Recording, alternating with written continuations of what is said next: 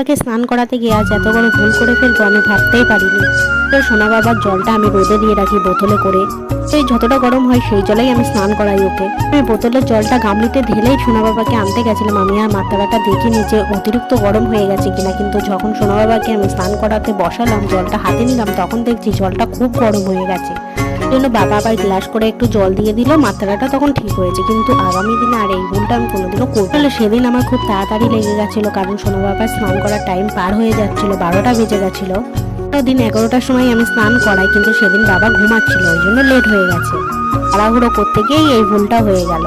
আমার সোনা বাবা স্নান করতে গেলে খুব কান্না করতো, কিন্তু এখন খুব মজা নিয়ে স্নান করে, আর এটা দেখে আমারও খুব ভালো লাগে। ও স্নান করতে গেলে না একদম কান্না করে না। যখন ছিল তখন তো দিদুন ওকে স্নান করাতো, কিন্তু শ্বশুর বাড়ি এসে আমি ওকে একাই স্নান করাতাম। ঠিক করে পারবো কি পারবো না, কিন্তু সব পারি, এখন অসুবিধা হয় না। আর সোনা বাবাও একদম জ্বালাতন করে না। এই এত কষ্ট করে ভিডিও দিচ্ছি, প্লিজ আমার চ্যানেলটাকে সাবস্ক্রাইব করো। তোমার ভিডিও দেখো কিন্তু লাইক